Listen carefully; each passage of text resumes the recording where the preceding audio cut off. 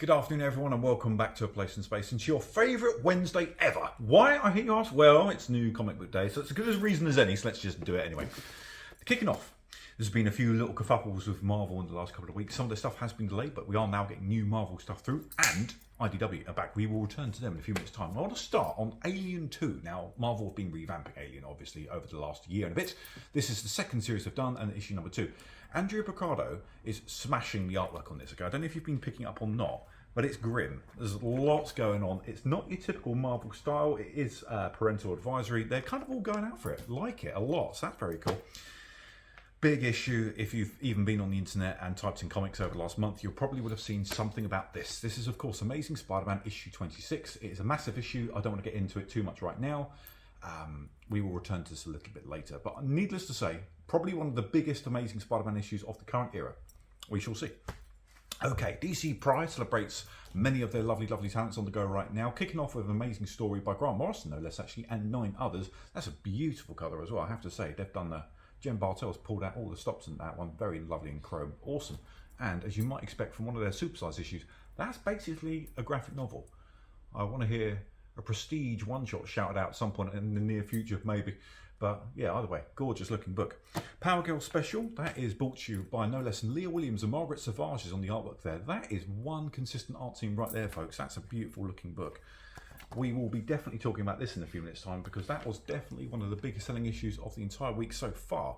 Now, I know I spoke about this what feels like hours ago. I know it was last week, but Street Fighter 6 issue 1 was, I believe it was last week. I might be going slightly crazy. Udon have rushed out issue 2. I know the game is very current, so they're probably trying to just make everyone aware that they've got a lovely new Street Fighter title on the go. So that is issue 2 for you right now. Now, Cliff Secord, otherwise known as the Wooer of Betty Page, or otherwise known as AK the Rocketeer, has been doing his pre-World War II crime-fighting shenanigans for a while now. Obviously, we've lost Dave Stevens, sadly, back in 2008, but his legacy in the state continues on. So this is the one shot. If you've never read The Rocketeer before, basically you're in for... It's like space punk, sci-fi, a little bit of steampunk in there. It's just great sepia-tinged pre-Nazi fighting goodness, but with all the tights and flights of like that grey and brown and bronze can bring you from that kind of era. If you've even sniffed at a steampunk title in your life and thought I'd like a little bit more, that could be a great little jump on point for you right there. That's very cool. The cartoons continue. All right, so Saturday morning adventures live on in all things TNMNT. So yeah, just for me, that's basically a Ron Till job. Does what it says on the tin. If you're a Turtles fan, jump right in there. All right. Now, I want to go on a lot about this because this looks fabulous, and I'm not just saying it because we're all obviously pimping out Whatnot a lot right now because we're having tremendous fun on there. More on that in just a few minutes' time. Whatnot Publishing are doing their own things sterlingly well. Now, this is the North Valley Grimoire, issue 1. I think I said that right. We spent about 5 minutes online to search out how to do it. That is Blake Northcott. She's a Canadian author, and she was actually responsible for an Amazon bestseller. Her Canadian Kickstarter was the most funded Canadian Kickstarter of all time. I might be wrong there, but I'll check that. Either way, she's massive. Now coming to comic book form, after reading this literally moments ago, this is fit.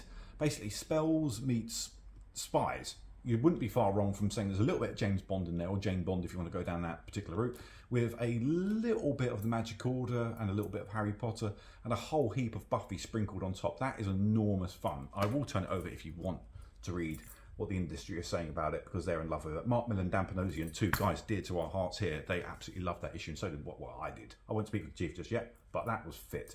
Whatnot, keep doing that, and also, if you are keeping your eyes peeled for Whatnot Publishing, Sean Murphy is just about to drop the plot holes. Keep your eyes peeled for that, because that will go bloody loopy on pre-order. All right, folks? A few quick ones to finish off. James Tynion, he's been doing World Tree. Now, number 1 went slightly psychotic. That was, by all accounts, a magnificent issue. He's doing the Undernet. James Tynion, if you haven't read his books, is a Marmite writer. People love him, or he's not quite for them, but he is doing horror, I think it's fair to say, in a way that no one else really is right now. He has his style and is very good at it. This is lovely.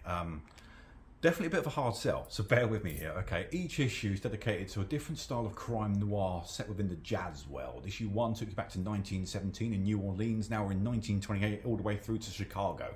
Okay, you're really looking at the nitty-gritty nuts and bolts, the things that shouldn't happen but definitely did going on behind Broadway.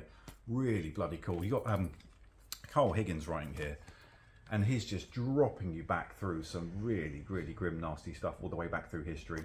and what led to the entertainment industry being as dark as it actually got. So if that sounds like your cup of tea, go nuts. You won't be disappointed, but it's going to be a grim read, all right?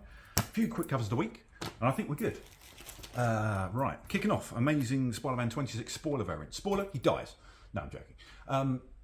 I won't turn the cover because something happens in this issue.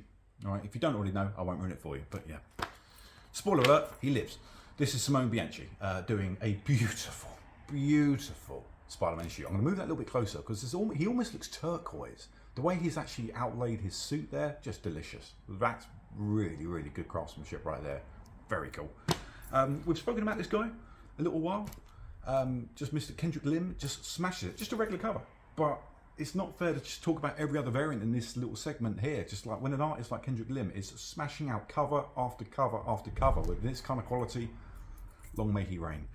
This is the Lady Death new #1 out this week. This is by Mike Crome. Now, I don't know if you follow Mike online, but he actually put up a step-by-step the way he actually did this cover about a month back. It was fascinating. I know you might be slightly distracted there, but in the back there's a whole load of cathedral and artwork going on there, which he laboured over for days.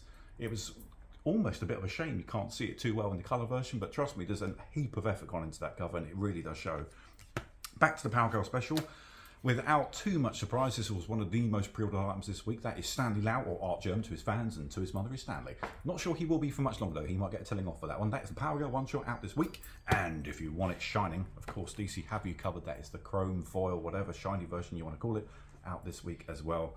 I am personally going to linger over this for a few minutes before I go because that's just delicious. That's the 1 in 25 Royal Tree variant by Mr. Romero. Very cool. Right, a few quick reminders. If you can, please do like, comment, share and subscribe because it would help us out an awful lot. And if you are around on Saturday, we will be doing, I believe it's a 10 o'clock start this week. 10 o'clock start on What Not Show. Be lovely to see you. And if you did stop by on the weekend, just gone when you chimed in to see us at MCM, we were doing a What Not Show there. That was a lot of fun, so thank you for joining us there. We'll try and do more. Much love, folks. Catch you in a little bit.